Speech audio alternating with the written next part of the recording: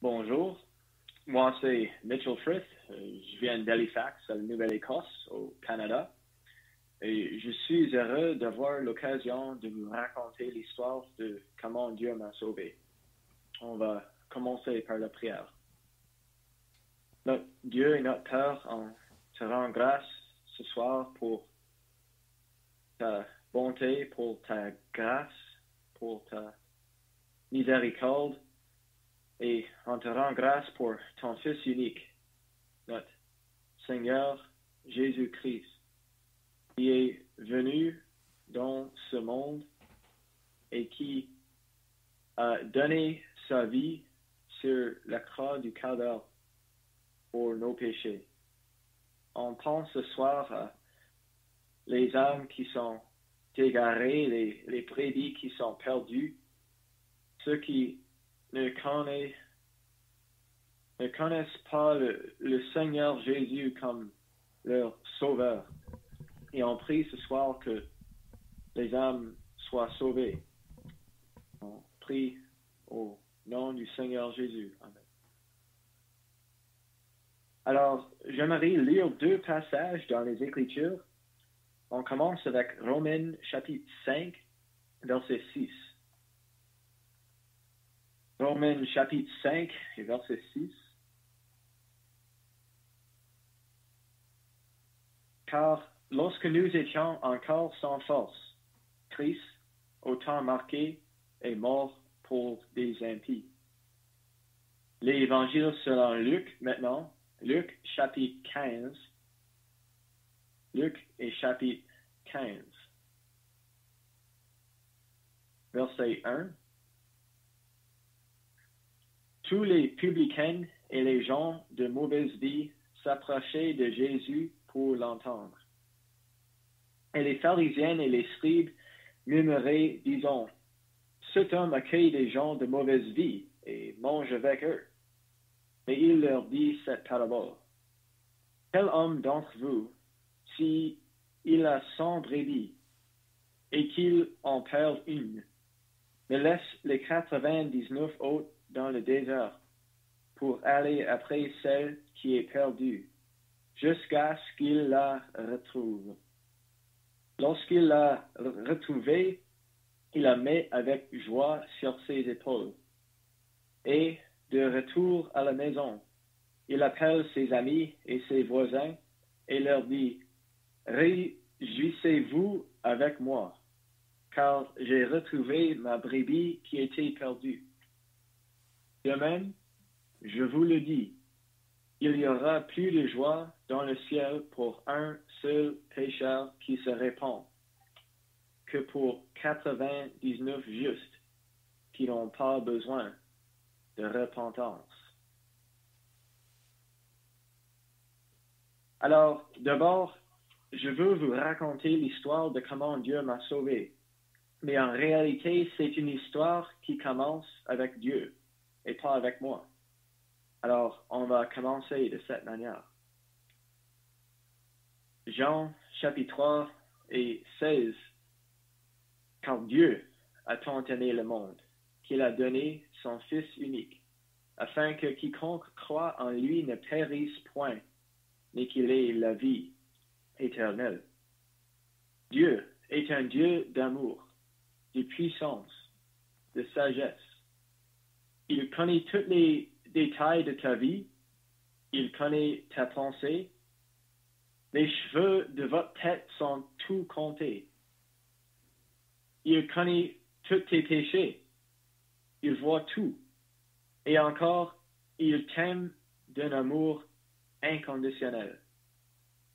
Il est un Dieu de justice. Il est un Dieu de vérité. Il est un Dieu de miséricorde et de grâce.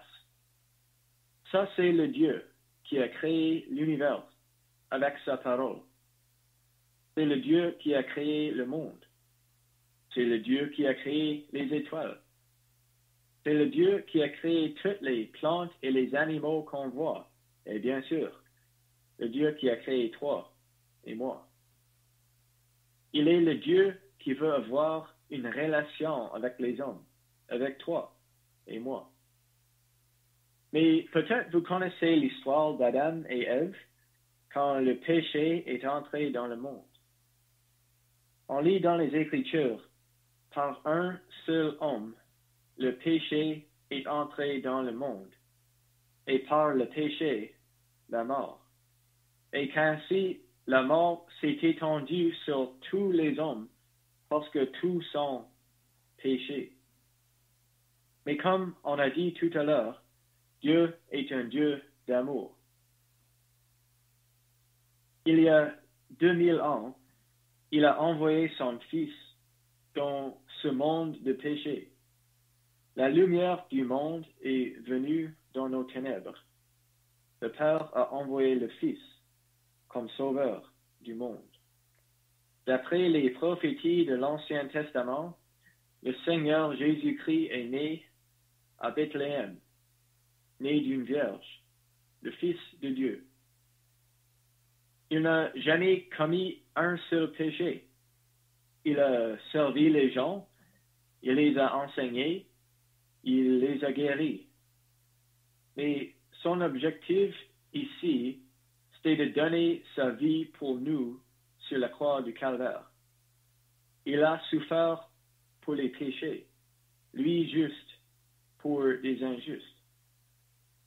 Et comme il avait dit, il est ressuscité le 3e jour, selon les Écritures, et il va régner éternellement. Et on a lu le parabole de la brebis perdue. Le Seigneur est comme un homme qui a 100 brebis, dont l'une d'elles s'égare. Et il laisse les 99 autres sur les montagnes pour aller chercher celle qui s'est égarée. Donc, la recherche de Dieu de ma vie personnelle n'a pas commencé avec moi-même.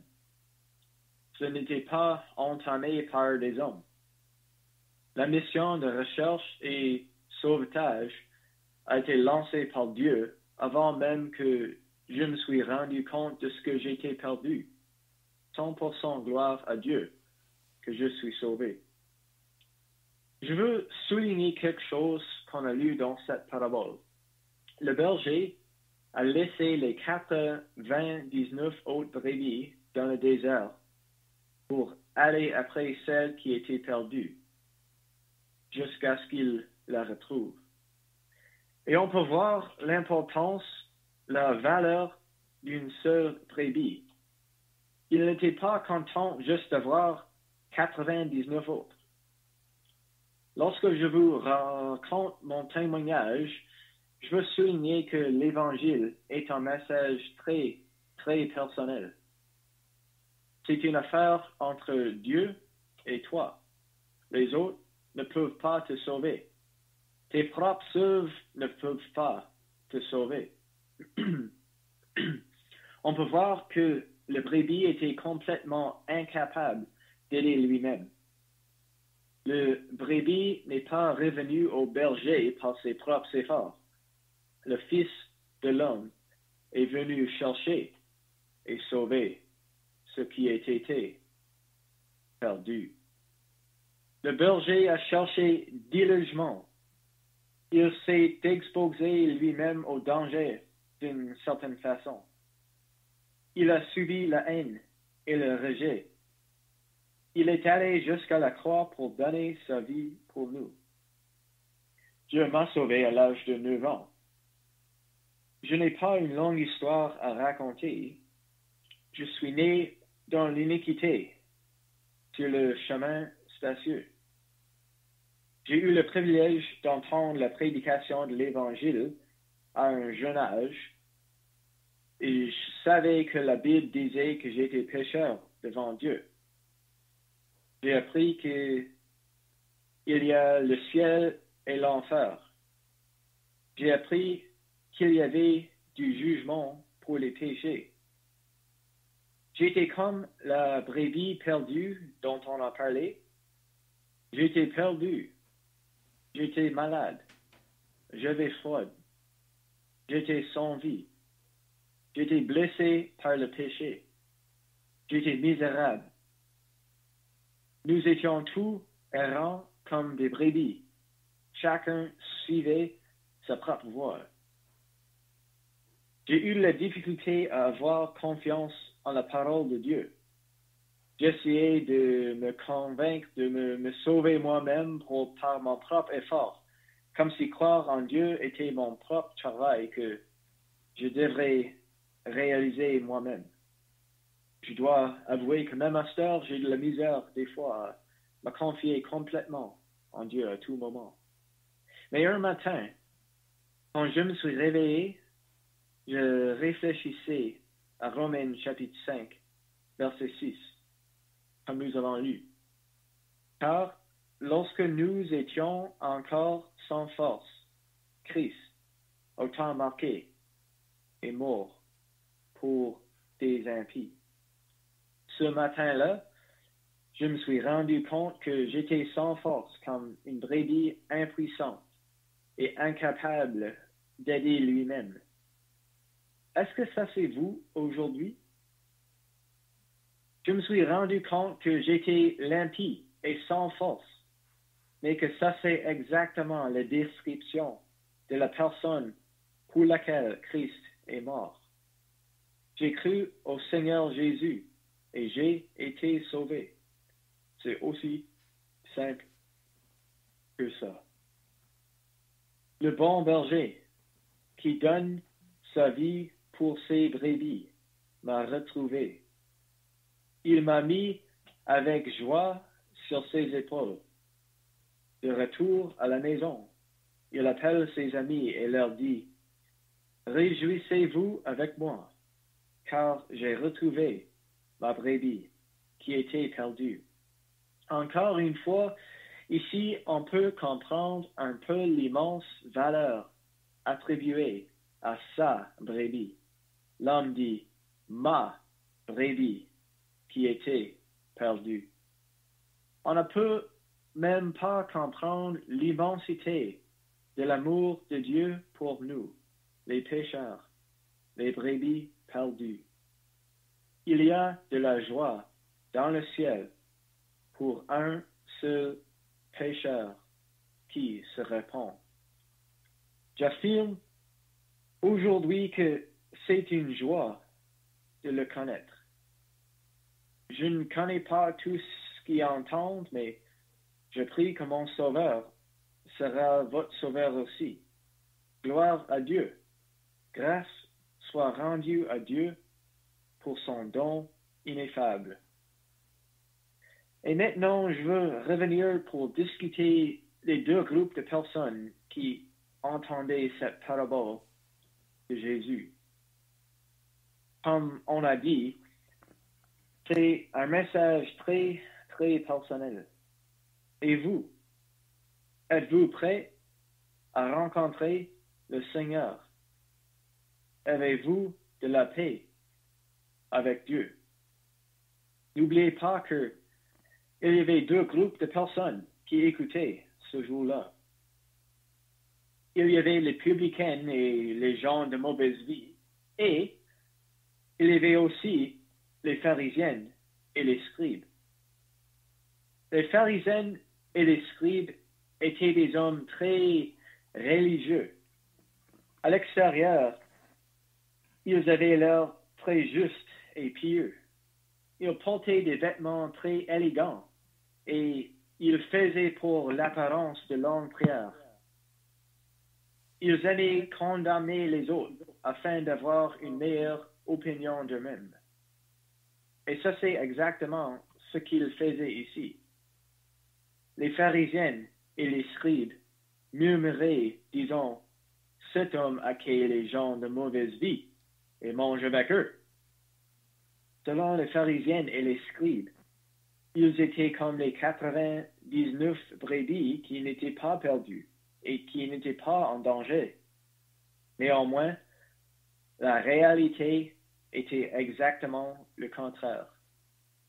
Selon Jésus-Christ, ils étaient pleins de rapine et d'intempérance. Ils étaient aveugles. Jésus leur a dit, « Vous ressemblez à des sépulcres blanchis qui paraissaient beaux au dehors et qui, au-dedans, sont pleins d'ossements de mort et de toute espèce d'impureté. Vous-même, au dehors, vous paraissez juste aux hommes, mais au-dedans, vous êtes pleins d'hypocrisie et d'iniquité. Ils étaient des hypocrites, des meurtriers, des persécuteurs. Le Seigneur leur dit, comment échapperez-vous au châtiment de la Géhenne? Et je vous demande ce soir, comment échapperez-vous au châtiment de l'enfer? Êtes-vous un pécheur? Les publicains et les gens de mauvaise vie étaient également des pécheurs, mais ils n'avaient pas de besoin qu'on leur convainque qu'ils étaient des pécheurs. Ils étaient prêts à accepter le message de pardon que le Seigneur Jésus avait. Ils s'approchaient de Jésus pour l'entendre, comme nous avons lu. Ils sont identifiés avec la brebis perdue. Le message que les scribes et les pharisiens ont détesté, c'est le message que les publicains et les gens de mauvaise vie ont souvent accepté avec joie. Qu'est-ce que vous ferez avec ce message? Que ferez-vous donc de Jésus qu'on appelle Christ? N'oubliez pas que ce ne sont pas ceux qui se portent bien qui ont besoin de médecins, mais c'est les malades. Le Seigneur Jésus n'est pas venu appeler à la repentance des justes, mais des pécheurs. Imaginez que vous êtes allé voir ton médecin pour une visite routine. Il a décidé de faire des prises de sang, des échographies, des CT scans, des IRM. Il a examiné tout, de la tête aux pieds. Et il vous a dit qu'il n'y a aucun problème du tout. Est-ce que vous vous présenteriez à son bureau le lendemain pour recevoir du traitement? Ah non, pas du tout. Et s'il vous a dit que vous êtes malade, mais il vous a dit qu'il y a eu une solution parfaite, la recevriez-vous? Certainement oui. Le sang de Jésus-Christ est la solution parfaite pour le pardon de vos péchés. Il est mort sur la croix du Calvaire. Il a donné sa vie pour nous. Êtes-vous prêt à repentir? Êtes-vous prêt à changer votre pensée? Êtes-vous prêt à être d'accord avec Dieu? Êtes-vous prêt à avouer que Dieu a raison et que vous avez tort? Êtes-vous prêt à laisser Dieu changer ton cœur et ta direction? Êtes-vous prêt à recevoir le don gratuit du salut? Êtes-vous prêt à recevoir le Seigneur Jésus-Christ par la foi? Il y aura plus de joie dans le ciel pour un seul pécheur qui se répand que pour 99 justes qui n'ont pas besoin de repentance. Que ferez-vous donc de Jésus? On va terminer par la prière. Notre Dieu et notre Père, on te rend grâce ce soir pour le Seigneur Jésus-Christ. On a discuté ce soir son amour. On a discuté son sacrifice. On pense à l'amour du Seigneur Jésus-Christ qui a donné sa vie sur la croix du Calvaire. On pense au Sauveur qui maintenant accueille des pécheurs de l'accepter par la foi.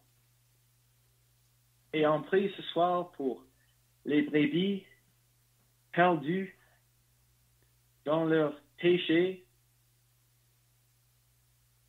qui auront du jugement pour les péchés. On prie que ce soir, qu'ils soient sauvés. On rend grâce pour l'œuvre complète du Seigneur Jésus. On rend grâce pour ta parole ce soir. Et on prie pour ta bénédiction au nom du Seigneur Jésus. Amen. Amen.